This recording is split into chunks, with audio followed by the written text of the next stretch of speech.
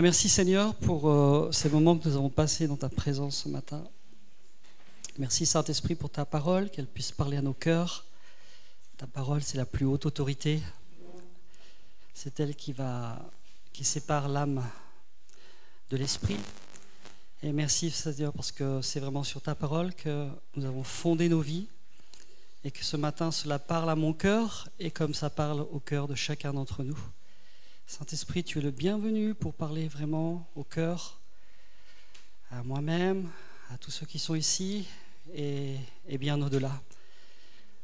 Je te loue et je t'adore, Seigneur, pour toute cette matinée et cet enseignement au nom de Jésus. Amen. On va essayer de... Donc, la dernière fois, j'ai parlé de la mentalité d'orphelin. Et comme j'aime bien terminer mes messages, mais que je n'ai pas eu le temps, donc je suis revenu... et en fait, la mentalité d'orphelin, c'est quelque chose, pour tous ceux qui n'ont pas entendu, je ne peux pas faire le résumé, mais simplement, je suis reparti de ça pour aller dans les profondeurs. Donc, je vais juste vous rappeler simplement quelques caractéristiques du cœur d'orphelin, et on va développer l'image de Dieu et l'image de soi, qui est très importante. Et qui malheureusement fait tellement défaut et dont on a tous besoin d'être guéris. Je vais prendre un passage de l'Écriture. Donc c'est la Genèse, chapitre 1, verset 26, 27 et 28. Donc Dieu dit « Faisons l'homme à notre image, selon notre ressemblance, et qu'il domine sur les poissons de la mer, sur les oiseaux du ciel, sur le bétail, sur toute la terre et sur tous les reptiles qui rampent sur la terre. Dieu créa l'homme à son image, il le créa à l'image de Dieu, il créa l'homme et la femme, Dieu les bénit et Dieu leur dit « Soyez féconds, multipliez-vous, remplissez la terre. » Donc ici on voit que l'image de... Notre image à nous est liée à l'image de Dieu. C'est pour ça que j'avais parlé de l'orphelin qui voit Dieu comme un maître à apaiser. Il pense qu'il doit en faire toujours plus pour bénéficier de sa faveur. Mais le fils voit Dieu comme un père aimant. Il sait qu'il n'a pas besoin de performer pour gagner l'amour du père, car celui-ci l'aime pleinement comme il est. Et là, on parle vraiment de l'image de Dieu. Donc, quelle image de Dieu avons-nous ? Quelle image avons-nous de Dieu ? Et souvent, l'image de Dieu est souvent reliée au Père. C'est souvent le Père qui a eu une importance dans nos vies, aussi la mère. Mais le Père apporte la sécurité, l'acceptation et le sentiment de valeur. Ce sont ces trois sentiments-là qu'on a besoin pour vivre dans notre vie, se sentir valorisé, se sentir aimé, accepté, désiré. Et ça, ce sont des sentiments qui sont très importants. Si on ne l'a pas eu dans la petite enfance, et je crois qu'on est beaucoup à ne pas avoir eu, on va développer des carences. Alors, je ne suis pas là pour faire de la psychologie, on est là pour parler de la parole de Dieu. Mais on va développer des carences. Et ces carences-là vont avoir un impact dans nos vies et surtout dans le service pour Dieu. Je crois que c'est un homme qui disait que, alors Jérôme et puis d'autres sont là pour me le confirmer, les Juifs, les Hébreux, lorsqu'ils donnaient leur vie à Jésus, là je voudrais avoir les termes exacts, je crois que quand ils donnaient vraiment leur vie à Yeshua, ils les prenaient 3 jours et ils passaient... tout au peigne fin, de la petite enfance jusqu'à l'âge adulte. 3 jours. Et les choses étaient réglées, en grande partie. Il y a des choses qui sont longues à régler, comme le sentiment d'acceptation, le sentiment d'adoption, d'avoir été adopté, de se sentir aimé par Dieu le Père, etc. Et donc, à partir de là, eh bien, les disciples de Christ pouvaient partir parce qu'il y avait des choses profondes et des fondements intérieurs qui étaient réglés. Et ça, le peuple israélien l'avait compris, les disciples de Christ l'avaient compris, et ils faisaient vraiment un travail intérieur très important pour pouvoir continuer la suite. Sinon, on est face à quoi? On a des blocages importants. Et on ne comprend pas pourquoi on ne peut pas avancer avec le Seigneur, pourquoi ça fait 30 ans, 40 ans, je suis à Jésus et pourtant je n'avance pas dans ma vie spirituelle. On a l'impression qu'il y a des blocages qui n'ont pas été en fait réglés avec Dieu. Et on a plein d'outils aujourd'hui qui nous permettent de travailler sur ces choses qui sont tellement profondes. Notamment ce matin, on a parlé du rejet et j'en parlerai aussi. Et les outils, le meilleur outil, c'est le Saint-Esprit, parce qu'il vit en nous et lui, il sait les profondeurs de notre cœur. Il connaît les profondeurs de notre cœur. C'est le meilleur médecin. Alors je bénis Dieu aussi pour les gens qui vont voir aussi des psychologues, parce qu'il y a des gens, parfois, ils n'ont personne à qui parler et ils ont besoin de verbaliser. Mais verbaliser, ce n'est pas suffisant. Parce que vous savez, il y a des gens qui vont faire 7 ans, 8 ans, 10 ans de thérapie, mais malheureusement, il n'y a pas la solution. Et comme disait Coluche, ça va peut-être vous faire rire, mais c'est une belle image. Il disait, vous savez, les gens qui vont voir les psys, il ne les jugeait pas. Ils vont voir les psys, c'est un exemple, parce qu'ils font pipi au lit. 15 ans après, ils sont contents d'être sortis de la thérapie. Mais en fait, le problème n'est pas réglé. Ils sont contents de faire pipi au lit. En fait, ils sortent du psychiatre, mais la perspective a changé. Mais en fait, est-ce que ça a réglé le problème intérieur? Non. Voilà. Et moi, je bénis Dieu de tous les outils qu'on a maintenant pour vraiment sortir les personnes qui ont des blessures intérieures, comme la délivrance. La sœur Michel a vraiment développé ça depuis des années. La délivrance est extraordinaire. Et c'est une partie qu'on peut pas mettre de côté. Il y a la délivrance, il y a la guérison intérieure aussi, qui est très, très importante. Et aussi dans l'Église en général, on peut avoir accès à des outils qui maintenant sont vraiment très très forts et qui peuvent nous aider. Le frère a parlé de la psychiatrie aussi.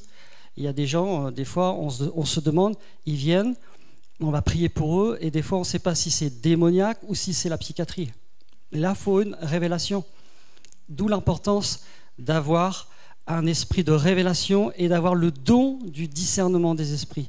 C'est très important d'avoir ce don-là, parce que si vous ne l'avez pas, eh bien, ça peut vous conduire dans des erreurs. Ça peut conduire dans vraiment des erreurs de diagnostic, tout simplement. Et on est tous humains, on peut tous faire des erreurs, et puis on va prier pour quelqu'un pour chasser les démons. Finalement, la personne elle a peut-être simplement un problème mental qui n'a pas été réglé. Et Dieu merci, aujourd'hui, il y a quand même des médecins qui sont là pour donner des médicaments. Et il ne faut pas non plus les exclure, bien au contraire. Et tout ça, ça fait partie d'un équilibre que Dieu nous a donné. Maintenant, le meilleur des meilleurs, c'est que Jésus guérit vraiment toutes les maladies. Voilà, c'est le meilleur des meilleurs, il n'y en a pas d'autre. Hein. Il n'y a aucune maladie que Jésus ne peut guérir. Aucune. Et c'est un honneur pour Jésus quand on prie pour les malades. C'est un honneur parce qu'en fait, on honore la souffrance qu'il a vécue pour nous. Vous savez, les épines qui ont pointé sa tête, c'était pour tous les problèmes que les gens ont d'ordre mental, d'ordre psychique ou autre. Voilà, parce que c'est par ces meurtrissures que nous sommes guéris. Voilà. Et je crois vraiment qu'il y a des guérisons qui sont tellement profondes et qui sont même... nous-mêmes, on ne sait pas faire. Mais pour le Saint-Esprit, c'est vraiment facile. C'est vraiment facile pour le Saint-Esprit de guérir ces personnes-là, qui sont des personnes comme vous et moi. Et dans mon entourage, j'ai beaucoup de personnes qui ont des soins psychiatriques, et je bénis Dieu pour ça. Mais je continue à prier pour la guérison, parce que j'ai entendu des témoignages, des gens qui étaient schizophrènes, ils ont été complètement guéris, des gens qui étaient bipolaires, qui ont été complètement guéris. Dieu est capable de changer un cerveau. Hein. Pour le Saint-Esprit, c'est facile. C'est très très facile. Et maintenant, ce qu'on a, c'est quand même l'avantage d'avoir l'IRM ou le scanner, et on peut voir ce qui se passe, par exemple, dans un cerveau d'une personne qui est malade. Et on voit bien la différence entre une personne qui est atteinte et quelqu'un qui n'est pas atteint. Donc tout ça, c'est bien lié à des problèmes de cellules, qui sont bien liés aussi à des problèmes de cerveau, et qui ne sont pas tout à fait, en norme. Notamment au niveau des cellules, ça ne fonctionne pas toujours, et du coup, voilà, grâce à la technologie maintenant et à toute la recherche médicale, on peut avoir accès à des données qu'on n'avait pas il y a 10, 20 ou 30 ans.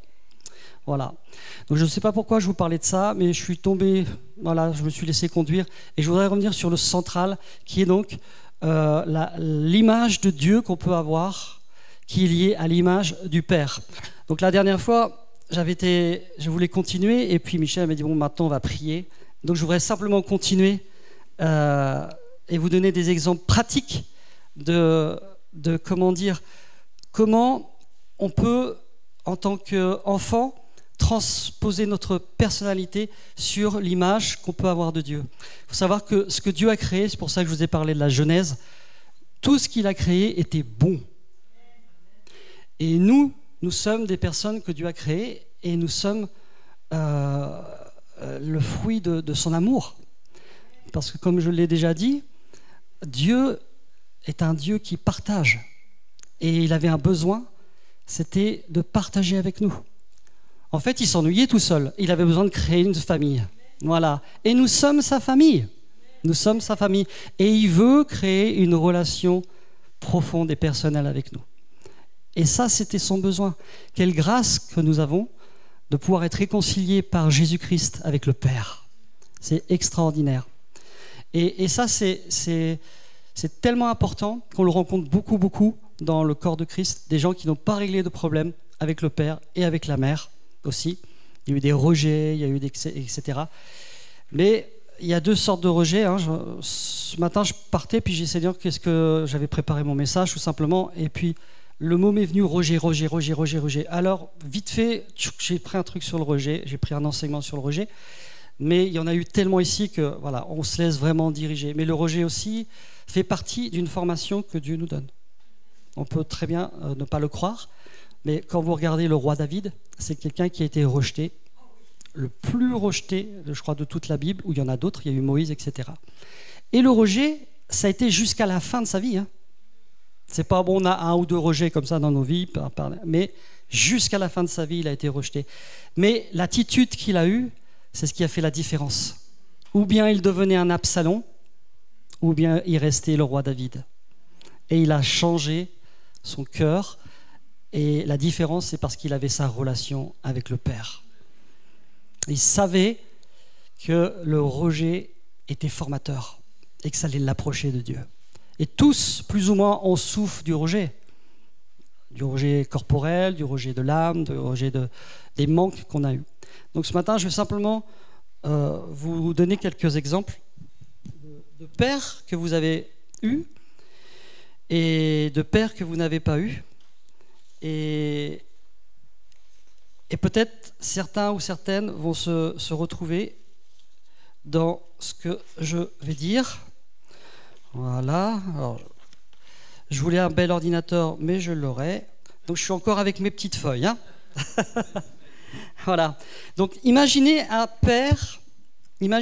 enfant de 7, 8 ans, ou même avant, qui n'a connu que rejet et sévices de la part d'un père.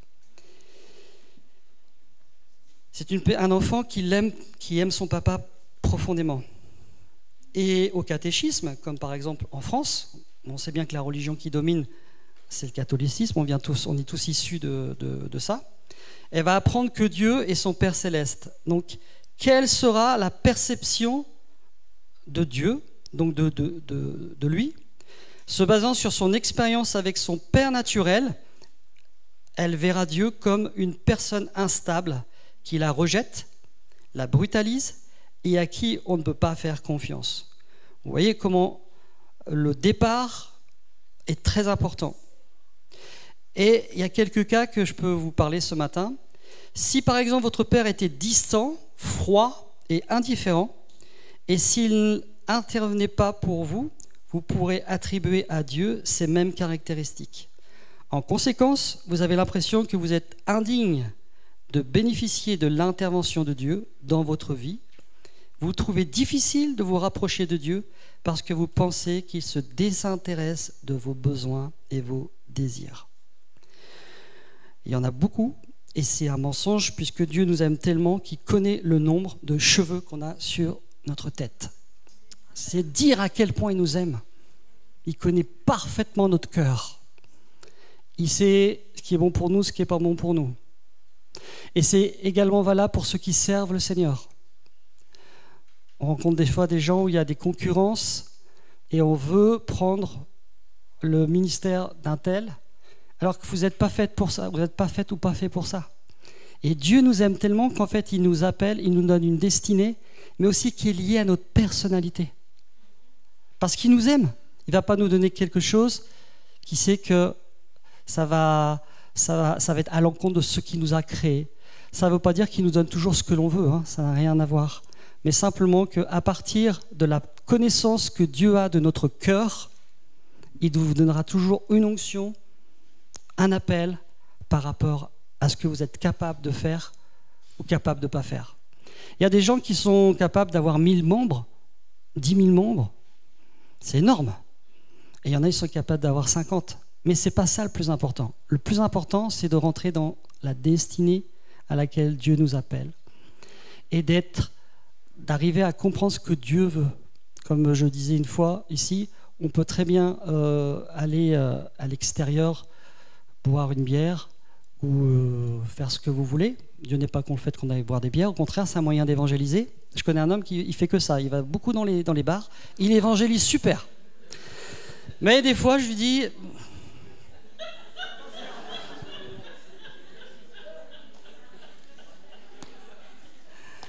Et je vous promets, il a un appel pour ça, et c'est un prophète en plus.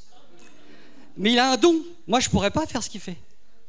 Je ne pourrais pas. Donc il va, il a failli mourir, là, il n'y a pas longtemps. Mais c'est incroyable. Sais-tu pourquoi Dieu t'a pas repris? J'ai dit tout simplement parce que ta mission n'est pas finie. Il faut que tu continues. Tout simplement. Donc il va dans les bars, il évangélise. Et puis ce qui est extraordinaire maintenant, c'est que des fois, il a des personnes, parce qu'il est âgé, il y a des personnes qui téléphonent à un tel pour le ramener, parce qu'il doit aller chez lui et il est très tard. Donc, il a une protection. C'est incroyable quand même. C'est incroyable, parce qu'il parle de Dieu et en même temps, des fois, Dieu lui envoie des protecteurs pour le garder, parce qu'il est assez âgé. Et voilà. Et il fait un travail formidable. Et ce n'est pas quelqu'un qui est connu. Mais aux yeux de Dieu, il fait le travail que Dieu lui... Mais il peut... C'est impossible de faire... Moi, je ne pourrais pas faire ce qu'il fait, c'est impossible. Je ne peux pas. J'ai déjà essayé, mais je ne peux pas. Lui, il a un don. Et ça, c'est formidable. C'est formidable. Donc, comme nous, on travaille sur Rouen actuellement, je dis, j'aimerais bien un jour que tu viennes avec nous, comme ça, tous les gens des bars, tu vas nous les ramener. Voilà. Mais vous voyez, ça, c'est son appel. Et il est heureux quand il donne. Il est heureux quand il donne.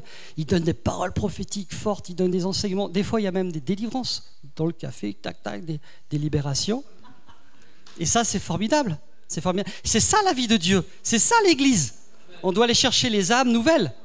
Ou alors on reste simplement le dimanche matin à l'église, on s'assoit. Et puis voilà, c'est ça l'Église. On amène des âmes nouvelles, on les forme. Le Seigneur nous a donné des outils pour guérir, la délivrance. Et après eux-mêmes pour en amener d'autres. Et peut-être vous allez amener une âme, mais elle va ramener des milliers d'âmes. Regardez le frère David Yonggi-cho.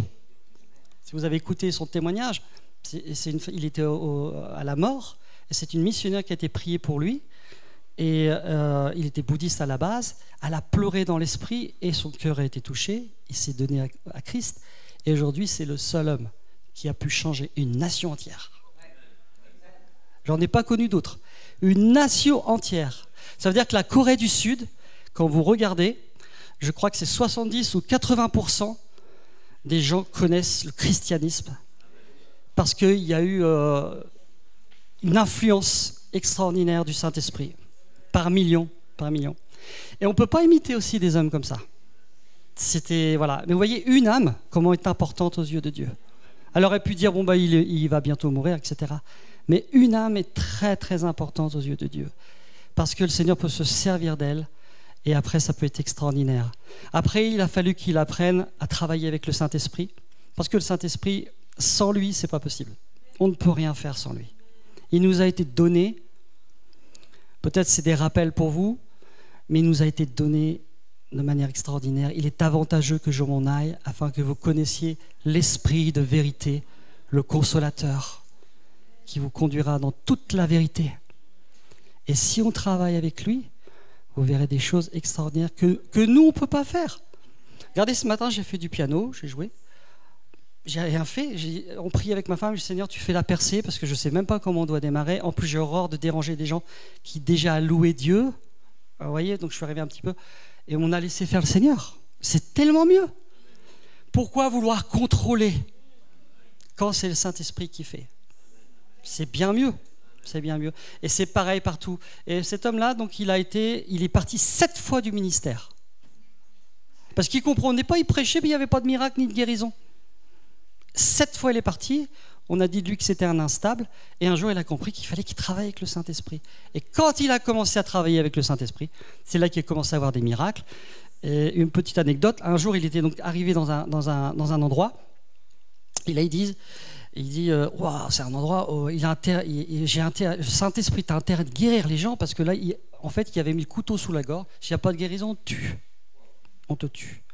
Donc, il a fait confiance au Saint-Esprit, et gloire à Dieu, il y a eu des guérisons physiques, il y a eu des guérisons de tout ordre. Et ça, c'est le Saint-Esprit qui guérit, c'est pas lui ni nous, c'est vraiment lui. Et ça, c'est important. Donc, je reviens à la base. Si votre père était un homme égocentrique qui vous ignorait, vous bafouait et vous utilisait, vous pouvez percevoir Dieu de la même façon. Vous vous sentez probablement faible ou sans valeur à ses yeux, ou peut-être pensez-vous que vous méritez d'être exploité par les autres. Il est possible que vous pensiez que Dieu vous obligera, sans vous laisser le choix, à faire des choses que vous ne voulez pas faire. Ça, on le rencontre aussi dans le corps de Christ. On est exploité, on nous exploite pour les dons qu'on a, alors que Dieu, il ne veut pas ça. Et du coup, comme il y a eu un arrière-plan où on a été abusé, et ben on se laisse abuser et on croit que c'est Dieu qui a fait ça et qu'on est heureux. À un moment donné, c'est pas possible.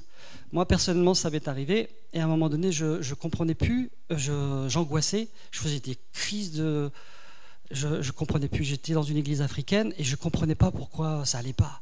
J'étais angoissé, je dis, mais Seigneur, je ne comprends pas. Jusqu'à ce que je comprenne qu'en fait, Dieu ne me voulait pas là, tout simplement, il ne me voulait pas là.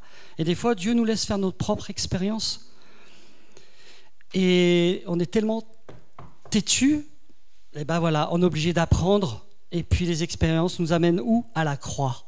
La croix est très importante parce que c'est l'endroit, le seul endroit où Dieu peut mettre son cœur dans notre cœur. C'est le seul endroit. Et si on laisse Dieu travailler notre cœur, si on le laisse travailler dans les souffrances, dans le rejet, comme je disais le roi David, eh ben on va pouvoir ressembler à Jésus. C'est le but de tous ici, c'est de ressembler à Jésus. C'est notre but. Alors, il y en a qui disent, c'est pas maintenant, on en est loin. Mais c'est vrai qu'on en est loin, mais nous sommes en chemin.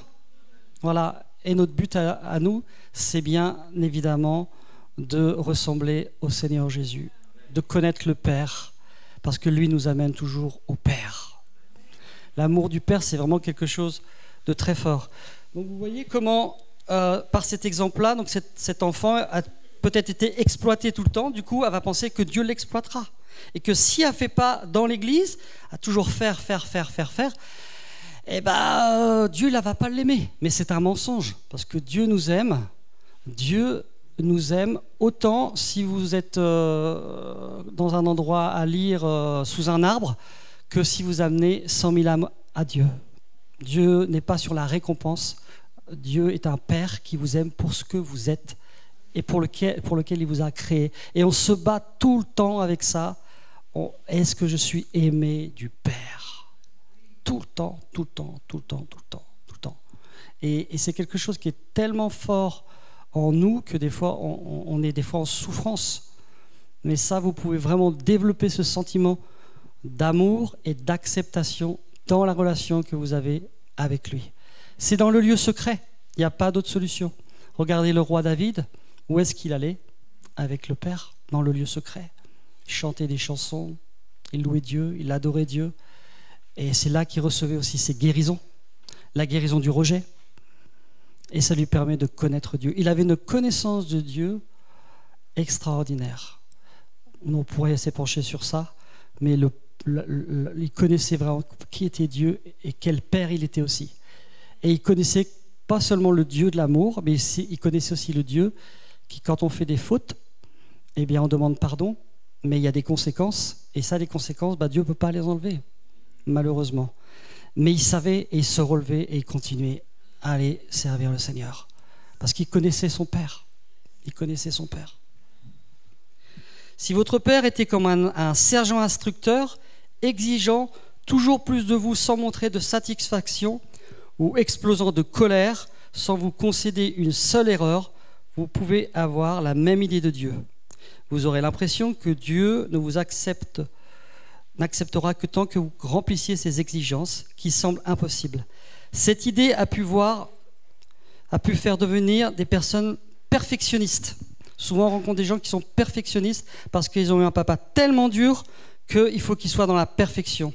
Si votre père était un faible et que vous ne pouviez pas compter sur lui pour vous aider ou vous défendre, votre idée de Dieu est sans doute celle d'un être faible. Vous croirez que vous n'êtes pas digne de l'aide et du réconfort de Dieu ou qu'il est incapable de vous aider. Vous voyez comment, dans l'enfance, l'expérience qu'on a eue avec nos parents peut avoir une influence toute notre vie si on ne laisse pas notre cœur changer et surtout la parole de Dieu renouveler notre intelligence. Combien de fois on doit se battre avec des mensonges ? Avec des mensonges. On se lève, je suis pas beau, je suis pas belle, je vaux rien, tu n'es rien, nanana. On a tous plus ou moins des choses comme ça.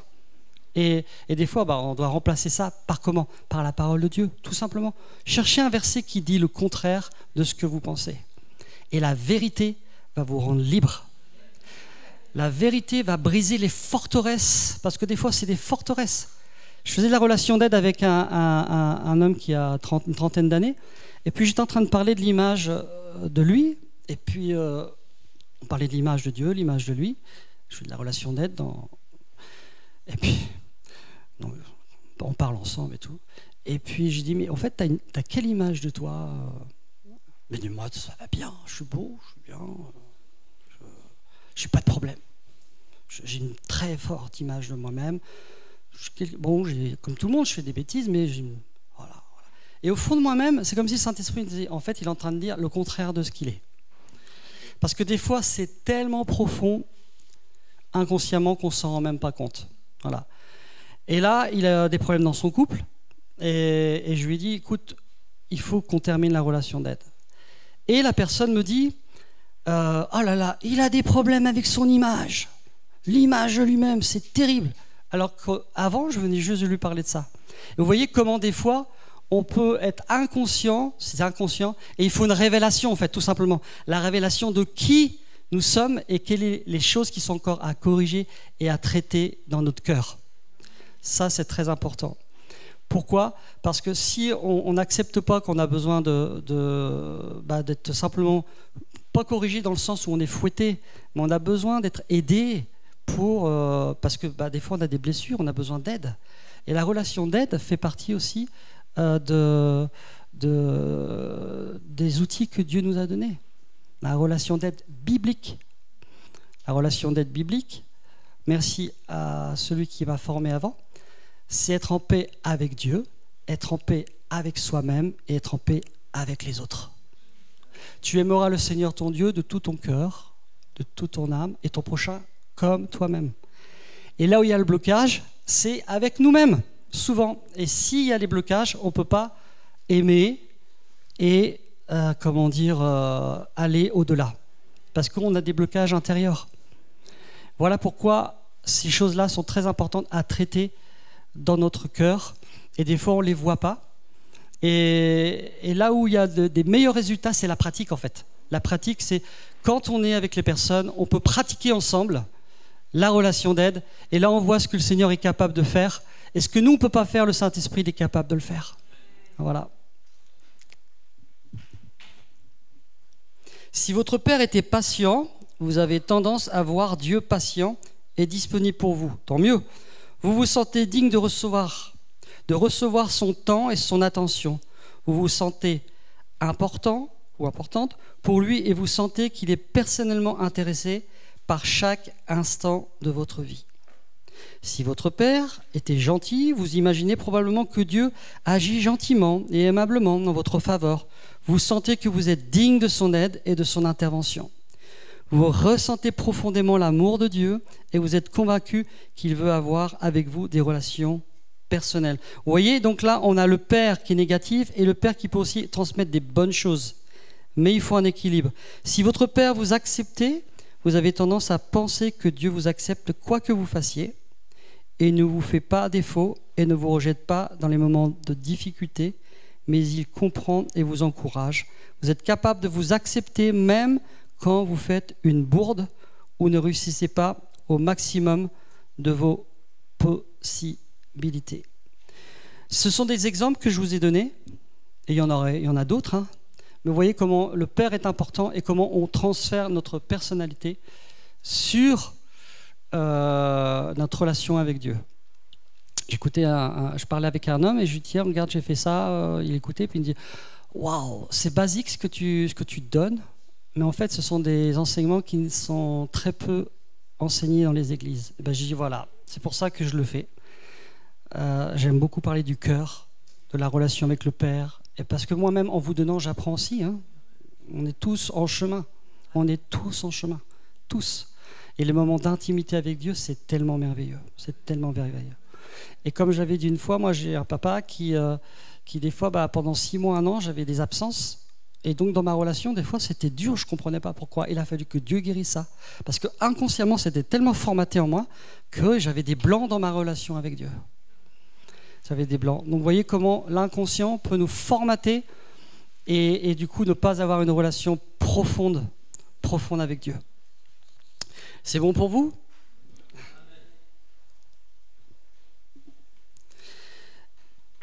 Ce qui se passe aussi souvent, quand on n'a pas réglé les problèmes avec le Père, c'est qu'on est un peu, on va dire, esclave de ce que les autres pensent de nous.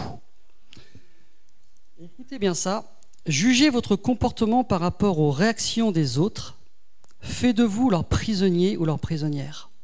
Vous finissez par dire ce que vous pensez que les autres veulent que vous disiez, être ce qu'ils veulent que vous soyez et faire ce qu'ils veulent que vous fassiez.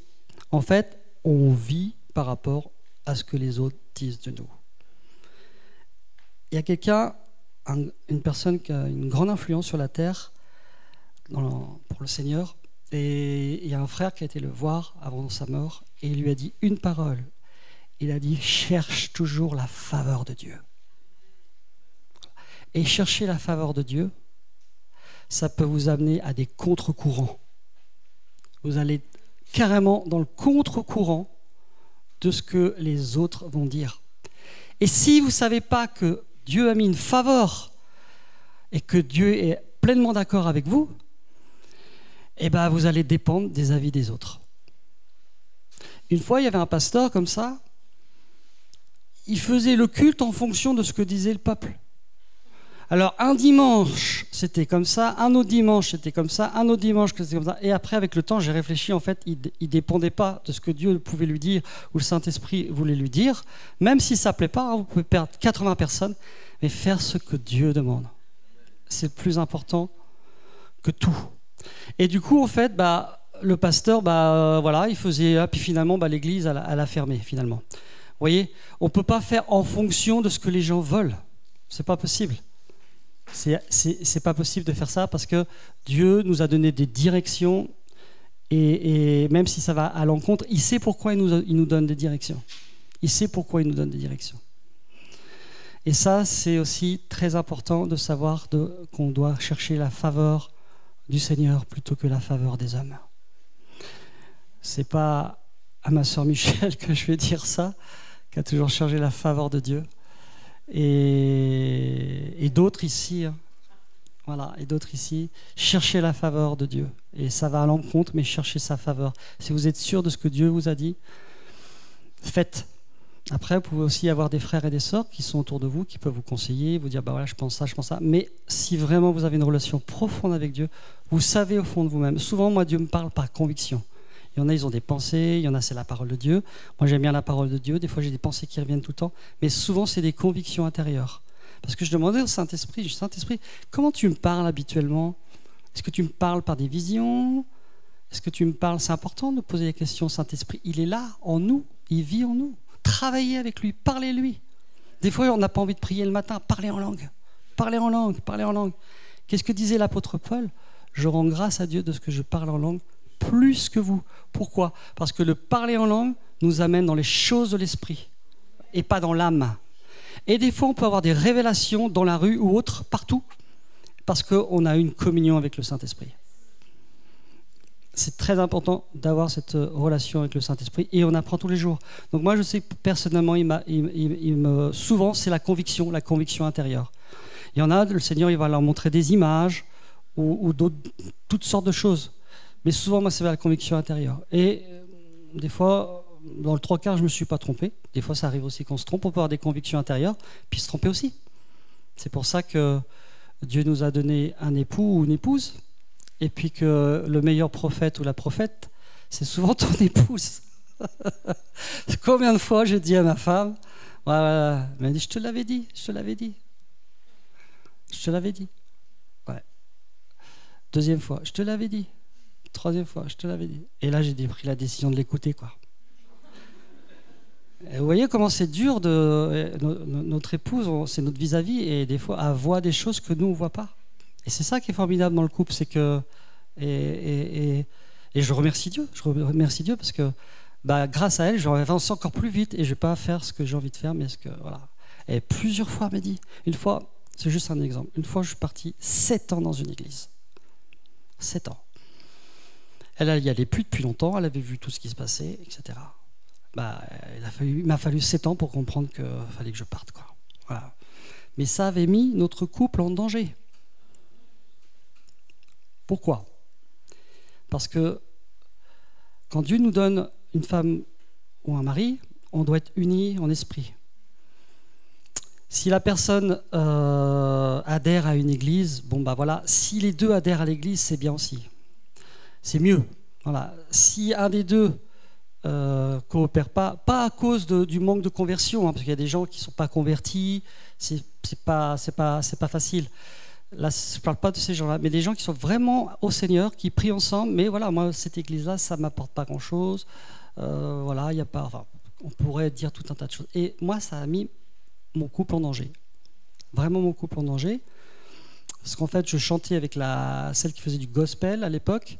Puis un jour, elle m'envoie un texto, elle me dit « Tu me manques ». Waouh!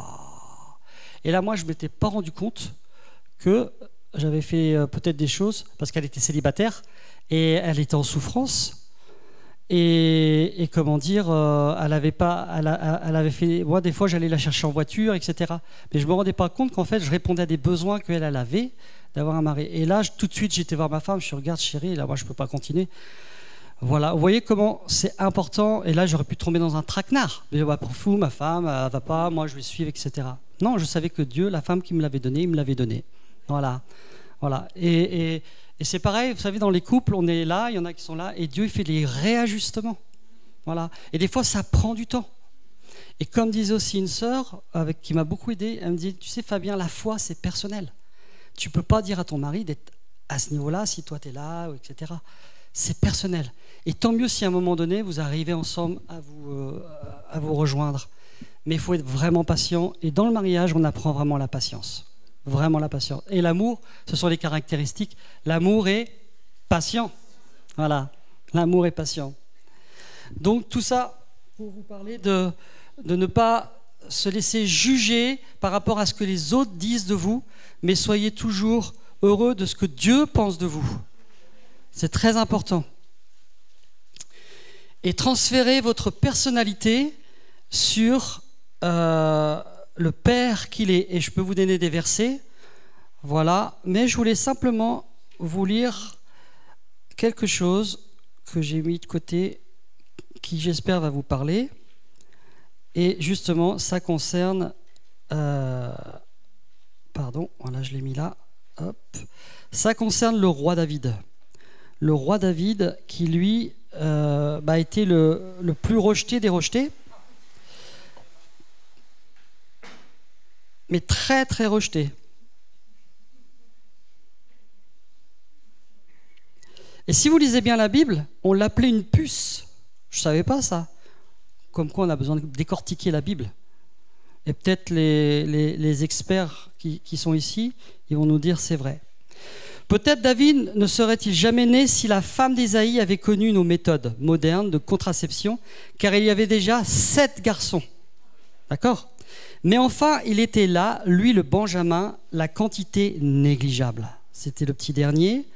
Lorsque Samuel est envoyé vers Ésaïe pour oindre roi un de ses fils, les 7 frères lui sont présentés. Pour ceux qui connaissent un petit peu, ce n'était pas eux que le Seigneur voulait. Il ne vient même pas à l'idée d'Ésaïe d'appeler son propre fils, David, son père. Son père appelle même pas son dernier des fils. Vous vous rendez compte ? Le rejet même du père. C'est fou. Parce que pour lui, peut-être que ses fils étaient plus costauds, plus forts, plus ceci, plus cela, avec des caractéristiques plus forts, des potentiels peut-être plus forts, etc. Mais déjà, là, on voit le rejet du père. Si vous lisez l'histoire de David, c'est le rejet du père. Cela montre le peu de cas qu'il faisait de son 8e fils. Juste bon à garder les brebis, notez-le, mépris de cette phrase, il reste encore le plus jeune, mais il fait paître les brebis. Il reste encore le plus jeune. Quand Samuel a voulu le oindre, c'est pas lui, mais son père a dit, il reste encore le plus jeune, mais il fait paître les brebis. Donc je ne sais pas si faire paître les brebis, c'était une besogne malsaine ou petite, je ne sais pas du tout. Bon, il reste encore, voilà. David a certainement dû souffrir de cette situation.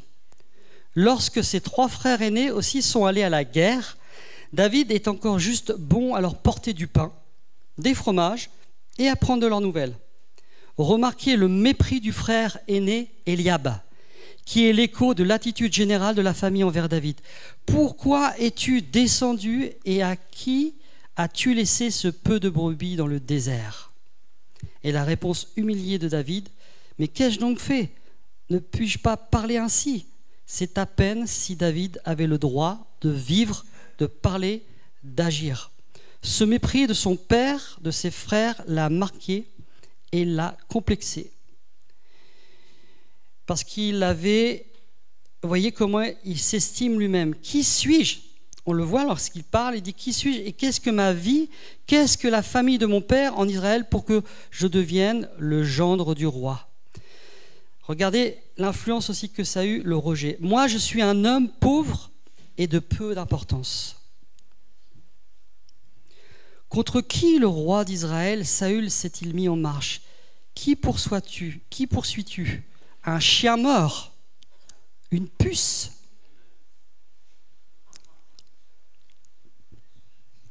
Il se voyait comme une puce. Car le roi d'Israël s'est mis en marche pour chercher une puce. Donc David se voyait comme une puce. Sa famille l'avait sans doute surnommé ainsi. Dieu, lui, au-delà de ses parents, le voyait comme un roi. Il l'avait désiré, il l'avait choisi, il l'avait élu. La guérison intérieure de David s'est faite progressivement dans sa relation avec Dieu, mais aussi lorsqu'il a reçu l'onction royale. Nous aussi, nous avons été élus et oints par Dieu pour régner. Ne nous considérons pas comme des puces, mais comme des rois. Tous ici, vous êtes des rois, vous êtes des reines, vous êtes des prêtres et des prêtresses. Vous n'êtes pas la fille ou le fils de n'importe qui. Vous êtes le fils ou la fille du roi des rois, Jésus. Et est-ce qu'on pense à ça quand on va dans les magasins ou autres ? On devrait dire, poussez-vous, je suis le fils du roi. On dirait complètement dingue ce cas. Ben, c'est ça. En même temps, ça nous rend très humbles. Absolument. Absolument.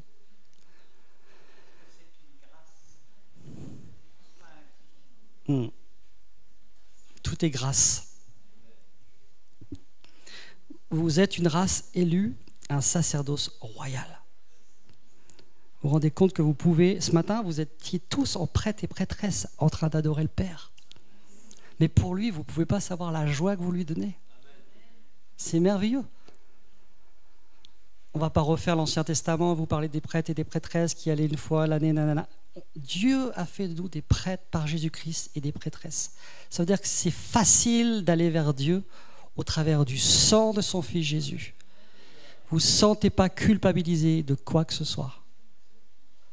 Vous ne vous sentez pas culpabilisé de quoi que ce soit. Vous avez des addictions, vous avez des habitudes qui ne partent pas. Allez vers Dieu. Jamais il vous condamnera. Jamais il vous condamnera. Il a fallu 46 ans pour que Dieu m'enlève une addiction. Et je pleurais, et j'ai jeûné, et je priais, et je retombais tout le temps dans les mêmes trucs. Tout le temps. 46 ans. Et un homme m'avait dit, j'avais 17 ans, le Seigneur va te faire passer par un chemin et tu auras la victoire. C'est là que la parole m'est revenue. Et c'était dur, parce que l'addiction, des fois, on nous a tellement dit le péché. Mais il y a des gens qui sont, c'est plus fort qu'eux. Et des fois, ils prient dans l'église et vous les entendez prier. Seigneur, je suis en galère, j'en ai marre, j'arrive pas à me libérer de ce péché. Aide-moi. Et des fois, on entend des cris de souffrance. C'est terrible. Mais allez vers Dieu, jamais il ne vous condamnera. Jamais. Regardez la femme qui a essuyé les pieds de Jésus avec ses cheveux. C'était qui pour ceux qui étaient autour d'elle? C'était rien. Et pourtant, c'est celle qui lui a apporté l'adoration. Et il a aimé son cœur. Le seul endroit où vous aurez votre guérison ou votre libération, c'est dans la relation avec Dieu. Et un jour, j'ai été libéré comme ça. Je n'ai pas eu de démons qui sont partis, mais c'était intérieur. Et après, le Seigneur m'a fait voir que c'était affectif. Et les troubles affectifs, les carences affectives peuvent nous amener à des addictions. Est-ce que vous croyez que Dieu va vous juger? J'ai entendu des fois des choses très dures. J'avais l'un de mes meilleurs amis, il est décédé sur une route de campagne parce que il a craqué, il s'est alcoolisé et il a été renversé par une voiture. Mais il aimait Dieu. Et je dis, c'est pas possible qu'il ne soit pas sauvé, Seigneur. Parce que j'avais entendu des gens dire, vous savez, on prend les versets bibliques, on tue les gens avec ça. On leur dit, les ivrognes n'hériteront point le royaume de Dieu. Bien sûr, si tu veux rester dans ton alcool et que tu ne veux pas. Mais si ton cœur, il est pur, et c'est quoi un cœur pur? C'est un cœur qui reconnaît qu'il a besoin de la grâce de Dieu pour se libérer. Et il n'y a que lui qui peut nous libérer. Il n'y a que lui qui peut nous rendre libres. Il est parti avec le Seigneur, moi je sais qu'il est avec Dieu. Mais à l'époque, j'ai eu des choses, j'ai dit, mais c'est horrible de dire des choses comme ça. C'est horrible. Pourquoi? Parce qu'on juge selon l'apparence et pas selon le cœur. Qui sommes-nous pour juger? Vous avez des gens qui ont souffert toute leur vie avec des choses terribles, et même encore maintenant, et même des gens qui sont dans le ministère puis ils disent rien. Et Dieu, ils crient à Dieu pour leur guérison, et Dieu le fait. À un moment donné, Dieu le fait. Parce qu'il nous aime. Et la meilleure des guérisons que vous aurez, ça sera dans sa relation avec lui. Dans la relation avec lui. Pourquoi? Parce que lui déverse des onctions d'amour, des onctions de joie. Ce matin, j'étais dans la joie. Et comment dire, quand l'onction de joie vient sur moi, j'aime beaucoup parce que je ne suis pas quelqu'un... ma femme pourra vous le dire, des fois j'ai des moments de mélancolie, de tristesse. Mais en allant vers Dieu, le Seigneur a mis la joie. Vous voyez comment Dieu est grand? Et des fois je me suis trouvé en séminaire, je commence à faire un chant et je ne pouvais plus m'arrêter de rire. Je riais. Toi aussi tu as reçu une guérison ce matin. Je riais. Et ça allait à l'encontre de la dépression. Ça allait à l'encontre de mes émotions négatives. Parce que je laissais le Saint-Esprit faire. Et le frère qui était avec nous, il a pu opérer dans le ministère. Et ça a débloqué l'atmosphère. Une fois séparés, en plein live. Mais je dis, mais qu'est-ce qui m'arrive? Je pouvais plus. C'était un bain de joie. Je pleurais, je rigolais. On ne peut pas forcer ça. On ne peut pas forcer ça. Et on sait que ce sont des choses célestes. Ce sont des choses célestes. Et Dieu veut guérir le cœur par la joie. Ça, c'est formidable. Pourquoi? Parce qu'il nous donne une huile de joie au lieu du deuil, tout simplement. Un vêtement de joie, un vêtement de louange au lieu du deuil. Voilà. Et ça, plus vous allez dans l'adoration, plus vous allez adorer Dieu, plus vous allez lui dire qui il est. La différence entre la louange et l'adoration, ça vient pas de moi, ça vient d'une sœur qui s'appelle Ruth Eflin, et j'ai beaucoup aimé ce qu'elle disait. L'adoration, c'est dire qui est Dieu. La louange, c'est louer pour ce qu'il a fait. L'adoration, c'est dire qui est Dieu. Et quand vous dites qui il est, tu es un père d'amour. Vous parlez selon la parole de Dieu. La parole de Dieu dit que tu es un père d'amour, que tu es un père merveilleux. Vous dites la parole de Dieu, il va se passer des choses dans le monde spirituel et dans votre cœur. Et il va y avoir des miracles en vous. C'est obligé, parce que la parole de Dieu revient jamais à lui sans avoir fait son effet. Amen. Et ça, c'est très important, la parole de Dieu, de l'utiliser quand vous faites front à des mauvaises pensées qui viennent dès le matin. Je suis pas beau, je suis pas belle. Qu'est-ce que la Bible dit? Qu'on a été racheté en solde. D'occasion. On a été racheté à un grand prix. Voilà. Mais c'est du boulot, parce qu'on ne le croit pas. On a tellement de croyances au fond de nous-mêmes, les expériences de nos vies font que... Voilà, et des fois, on a tellement de choses à l'intérieur de nous-mêmes qu'on se sent bloqué. Et je vais terminer par, puisqu'il me reste un quart d'heure, je termine avec la parole de Dieu. Donc Dieu est un Père merveilleux. Il est le Père aimant et attentionné qui s'intéresse aux détails intimes de notre vie. Pour ceux qui veulent des versets, Matthieu 6, 25, 34. Il est le Père qui ne nous abandonnera jamais. Je dis bien jamais. Oui, mais je ne sens pas qu'il est là. Mais la Bible dit qu'il ne te abandonnera jamais. Souvent, on est lié par nos sens et ce qu'on ressent. Mais la parole de Dieu doit être... On doit la manger, la mettre dans notre cœur. Et si vous la proclamez, vous allez voir, vous n'allez pas vous sentir abandonné. Et des fois, ça demandera du temps et de l'acceptation. La parole de Dieu nous parle de l'esprit d'adoption aussi. On a été adoptés. J'ai entendu le témoignage d'une sœur, très vite, qui a pleuré pendant 2 heures parce qu'elle a senti le sentiment d'adoption sur elle, qu'elle était adoptée par son père. Et pourtant, elle avait 30-40 ans de conversion. Vous voyez, je ne vais pas m'arrêter à tous les versets bibliques. Il est près de nous dans les bonnes comme dans les mauvaises circonstances. C'est la parole de Dieu qui dit, Hébreux 13, 5. Il est le Créateur toujours à l'œuvre de l'univers. Il est mort pour soigner nos maladies, notre peine et notre douleur. Il a détruit la puissance de la mort. Luc 24, 6. Il a donné l'égalité aux races et aux sexes. Galates 3, 28. Il est accessible comment? Par la prière.